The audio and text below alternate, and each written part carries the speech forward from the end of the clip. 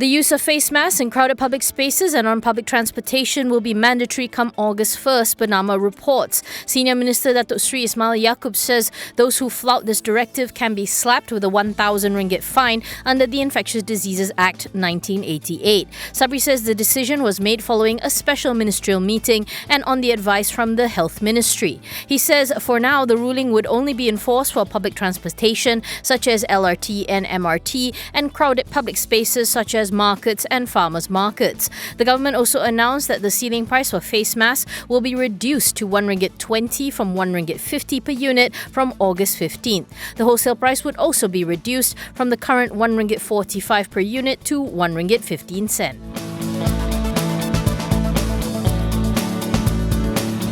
Malaysia Marine and Heavy Engineering Holdings slipped deeper into the red for the second quarter as revenue fell and the company registered a 300 million ringgit impairment loss. MHB registered a net loss of 397 million compared with a net loss of 9.5 million in the previous year. Revenue dropped 44% to 155.3 million ringgit.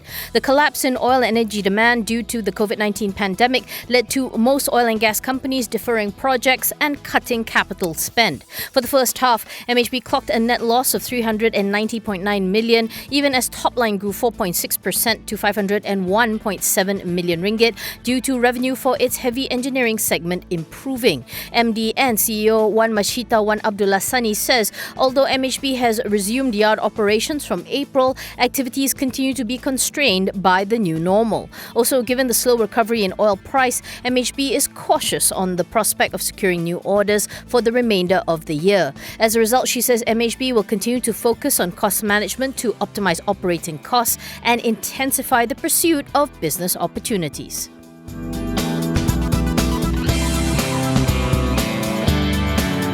Maxis saw its 2Q net profit drop 13.6% to 343 million, mainly due to loss of wholesale business and higher impairment on receivables. This as revenue dipped 2.5% to 2.15 billion from 2.21 billion ringgit. The telco declared an interim dividend of 4 cents per share.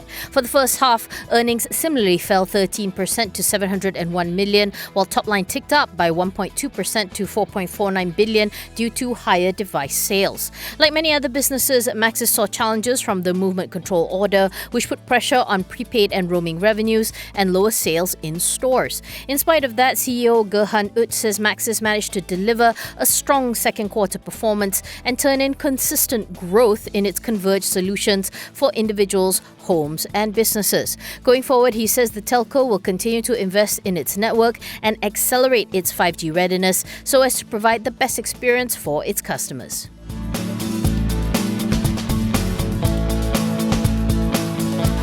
Pavilion REIT's net property income for the second quarter more than halved to 39.07 million from 91.35 million previously as a result of rental rebates given during the movement control order period.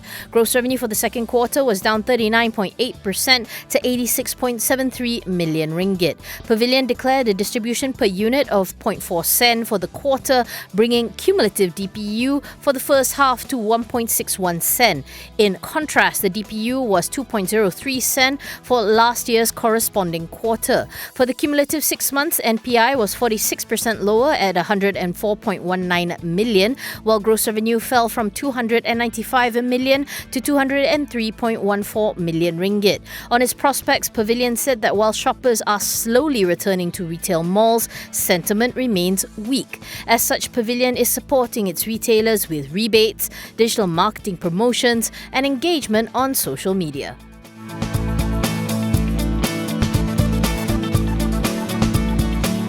Shares in health supplement company Bioalpha Holdings surged today, sometimes by more than 100%, making it Bursa Malaysia's most actively traded stock. The counter reached as high as 39.5 cents in afternoon trade before pulling back at the end of the day. However, the stock still closed 72% up at 31 cents, with almost 2.2 billion shares changing hands. To recap, Bioalpha announced on Wednesday, July 22nd, that it had secured a potentially 2.1 billion ringgit contract to supply ingredients for health food and nutritional meals to private and public sectors in China. The company is expecting a significant revenue contribution from this contract of around 427 million ringgit per annum, with the first batch of supply to kick off in September.